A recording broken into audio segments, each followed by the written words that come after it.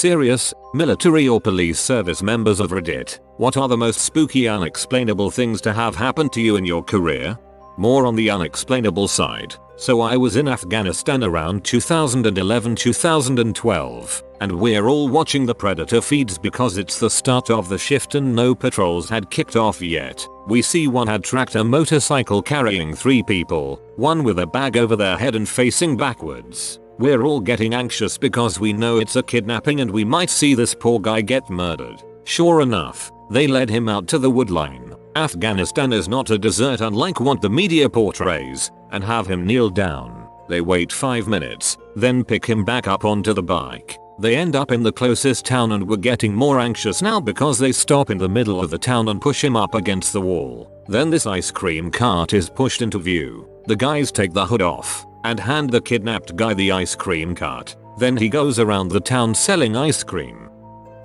I was J4 for my squadron and securing lodging for an upcoming op in northern Afghanistan. We went to a compound with 2 large towers, inside them hundreds of rooms for our guys. My job was to inspect all the rooms to make sure they had beds, pillows, Thing is, this is northern Afghanistan and this compound has been abandoned for years. Not even Afghans are around here. Since there were 2 towers, we had security check the area for people. Once it was confirmed no one was there, I split off from my SGT to inspect the rooms. I was on the 3rd floor going room to room, whistling and inspecting when a door slammed. I freaked. I yelled stop and pointed my gun. No respond. I yelled again. No response. Fear is in my voice. A round is in the chamber. I back away, and as I'm making my way to the stairs another door slams. I freaking scramble. I don't know what's up there but I wasn't sticking around. Grab my SGT, and we both check it out.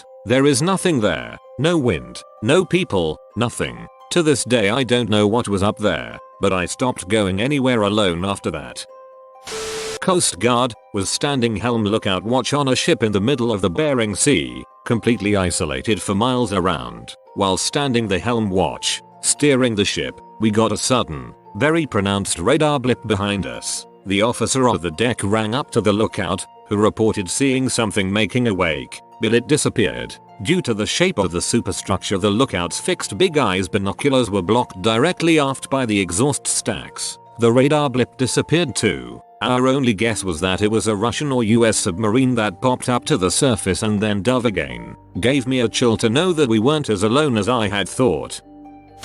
Saw a weird orange ball flying around the night sky in Iraq once. Hella weird. Pretty sure that's the sun.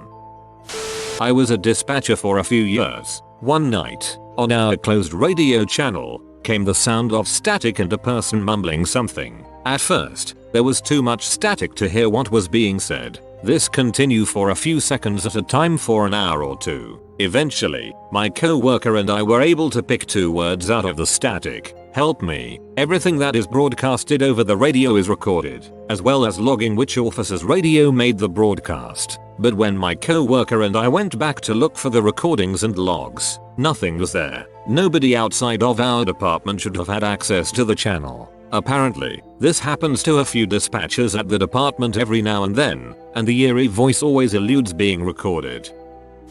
I work in corrections. From the CCTV monitors in the supervisor's control booth you can see onto some of the inmate housing unit control booths where my deputies sit and observe the inmates. One night, I was watching the above mentioned monitors and saw my deputies sitting in the control booth. Called him and asked him who was in the control booth with him. He said no one, which no one should have been because there was an emergency call that everyone had gone to. The thing is, I could clearly see someone standing behind him. I watched the figure stand there while he walked around looking for what I was talking about. As soon as he sat down and picked the telephone back up, it disappeared. As soon as I could, I went back to review the security footage to show him what I was talking about. The figure was not there on the recorded footage. Think about it every time I see that camera angle on the monitor, and I get the chills every time to this day. Was 6 years ago.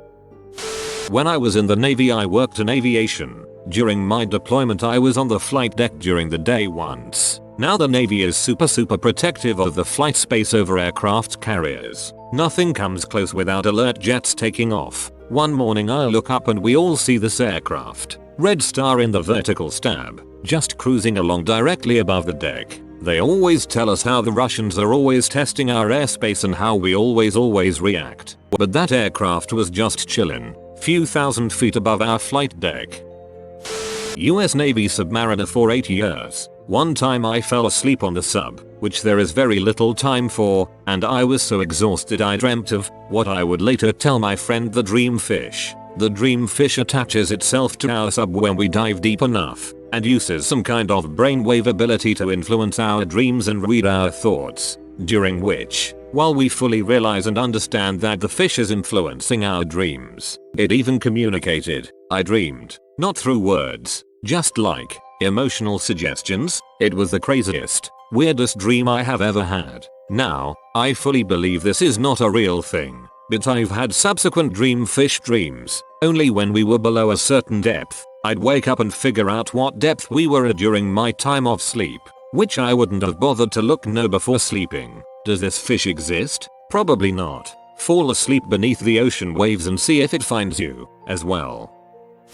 When in the RAF I was based at Scampton. This was the base where the Dambasters raid was launched from and a bomber command airfield during the war. I was on guard duty one night and had a phone call around 2 AM about noises coming from one of the hangars. Sent a guard to investigate. He radios back and says he can hear voices mumbling and what sounds like machinery operating and tools clanging etc etc. I got out the keys to the hangar and on driving up sure enough there were such noises going on and the occasional flickering light. We called in the RAF police dogs but the land shark refused to go in. This highly trained attack dog lay down, whimpered and refused to listen to its handler. I went in with the guard and the RAF policeman and can only describe the feeling on entering the hangar floor as being surrounded in a cold fog that you couldn't see and a real feeling of dread. There was a real feeling of unhappiness in the place. I have never felt like that since, nor do I ever want to. We hightailed it out as it was secure and there was clearly no one there.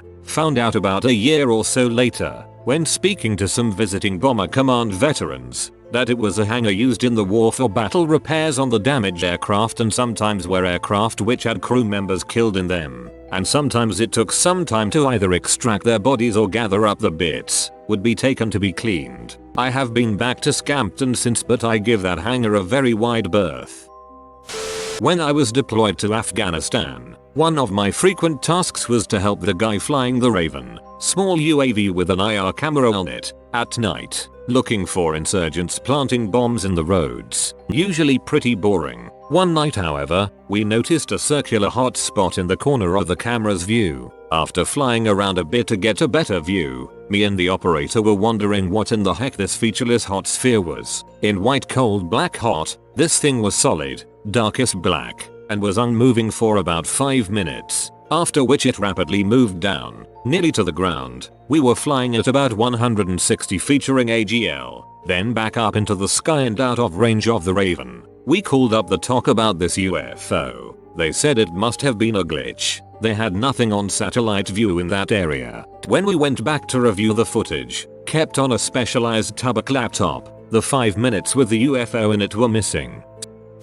So my first assignment was to good ole Usag Yongsan in Korea. It was originally an Imperial Japanese Army base, back when the Japanese were ravaging their way through the Korean peninsula. If I recall correctly, the 8th Army HQ still had an Imperial chrysanthemum on it somewhere. But anyways, on one of the less well-traveled corners of the base, sat what I think was a storage building for the hospital or something. Anyways, this building had huge tall walls surrounding it, and used to be some kind of special hospital when the Japanese were there. All kinds of stories about staff duty officers coming by to do checks and running into spooky crap. Me personally, I was pulling overnight guard in the United Nations Command HQ on Yongsan. About 3-4 years prior, one of our NCO's, non-commissioned officers, had come up to the guard, asked for his weapon, and taken it to the gazebo out back and shot himself in the dome piece. So anyways, the building has automatic front door and cameras watching the outside of the door.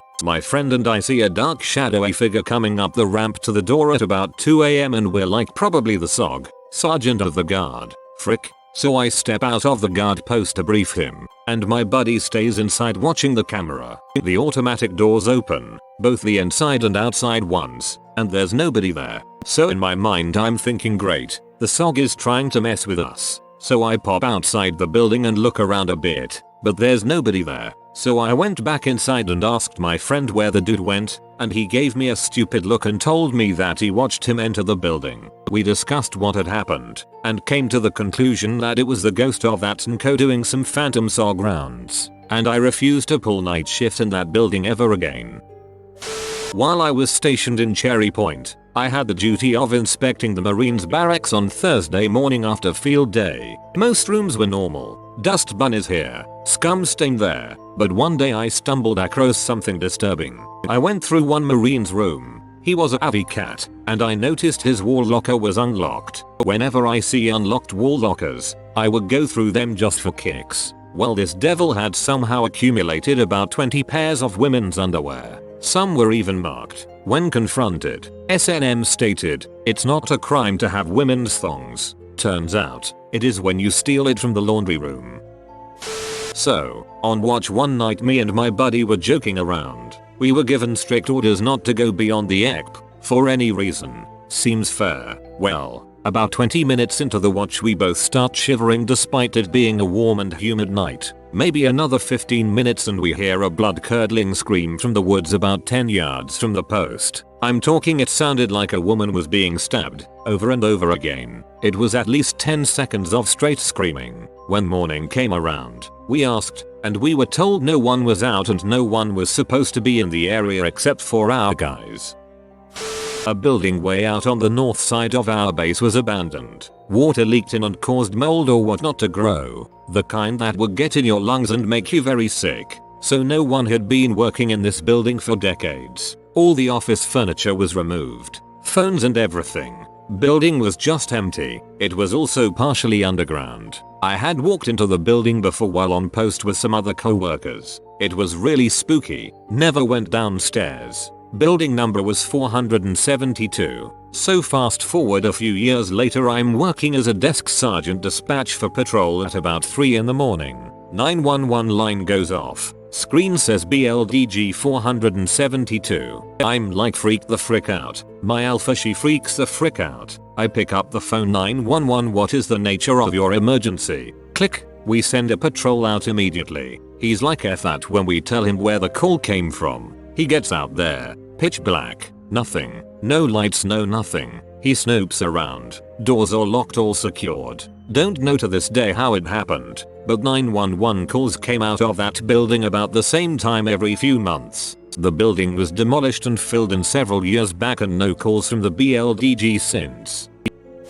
My fiance has a really good one from when he was at West Point, the military academy. So there's a lot of haunted parts of West Point since it's so old, and tons of legends, ghost stories told by the cadets from over the years. It was during the summer, and the place was basically empty. He was on night duty for one of the oldest barracks on the campus. All night long, he kept hearing someone walking around on one of the floors above him, and when he would go up and check it out, this one room would have a light turned on. He kept turning off the light, locking the door, and then would go back down to his desk on the main floor. He said at first, he thought someone was just messing with him, but then it started getting really annoying. So around 2 AM, he gets a phone call from someone, a brigade commander or something. This guy starts screaming at him on the phone, "Cadet, I'm looking at Scott Barracks." Not sure if it was actually Scott, but for the story's sake, it's Scott Barracks right now, and I see a light on the 3rd floor.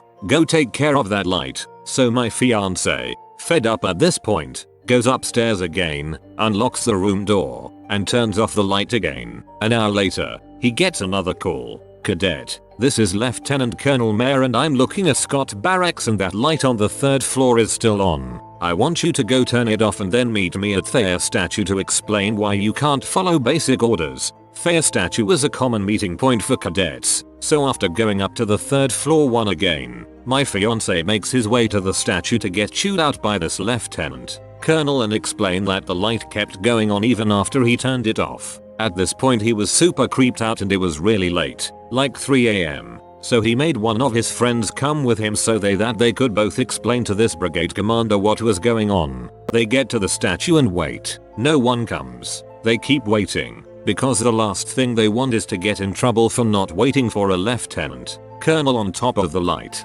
After an hour, no one came. They decide to leave. The next morning, he decided to tell his company commander what happened with the light and mentioned that Lieutenant Colonel Mayer had called them and then never showed up to their statue to talk. The company commander turned pale, looked at my fiance, and asked him if he was sure it was Lieutenant Colonel Mayer who had called. My fiance was like, "Yeah, I'm sure." He yelled at me twice and made me walk to meet him at 3 AM. About it, apparently, a decade earlier, a Lieutenant Colonel Mayer had committed suicide in those barracks in that room on the 3rd floor. So my fiance swears up and down that his ghost had called him that night and had kept turning on the lights in that room. I served in the SAF as a combat medic and was tasked to lead a medical support team for a training course in Brunei. Due to one of my medics falling sick out in the field, I had the privilege of taking his place and spending the night with an officer and a warrant officer, WO, on a narrow ridgeline in Mt. Bering, which was apparently a navigation exercise checkpoint for the trainees. As night fell, we were warned by the officer to refrain from sleeping in the middle of the ridgeline as we ran the risk obstructing the path of any wandering spirits. Out of respect, we took the advice and constructed our hammocks as close to the sides of the ridgeline as we dared. Being a light sleeper, I kept being roused by the sound of the occasional heavy footstep walking by, crunching on the dead leaves and sticks on the ground. The footsteps sounded human, but at that point of time at night, nobody was supposed to navigate the mountain in pitch black. The next morning, my auditory experience was validated when all three of us found fresh tracks, too big to belong to any animal, on the ground that appeared in inconsistent intervals. It's not really too spooky, but my unit was in New Mexico for training for 2 months at White Sands. We were shooting a night range, and it looked like someone had turned on a decently bright light, and of course everyone got mad because it fricks without NVGS. Well then there was what sounded like the loudest clap of thunder I've ever heard, and everyone looked up and stopped shooting. A giant meteorite had just passed through the atmosphere and blew up and lit the entire sky up as bright as day. Swiss military, they lost 14 kilograms of C4. Never found it, but it's out there somewhere. On a routine patrol on my Coast Guard cutter in the Eastern Pacific, late at night a few hundred miles offshore, I'm on the helm and the late night bridge watch conversations are the usual. People telling a few spooky stories. The radio crackles suddenly and everyone shuts up, since it's monitoring channel 16, which is international hailing and distress. We get static for 20 or 30 seconds, then singing. Someone is singing nonsensibly into their radio. It stops after a while and we all kind of freak out. Later in the watch the bridge windshield wipers turned on their own. The ocean at night is weird. Taking a manual weather observation at night at Yongsan, Korea. See a meteor explode, not just fizzle out. Go in and check some meteor observing sites. None of them had recorded it. Check back a week later, still nothing. Not spooky, but I can't explain it. You have been spotted by the rare flying floofer. If you comment good boy below, he don't steal your hot dogs anymore. If you are new to the channel, you can subscribe. I publish new videos every day. Until then, check another video, or don't. Either way, have a great day you magnificent people.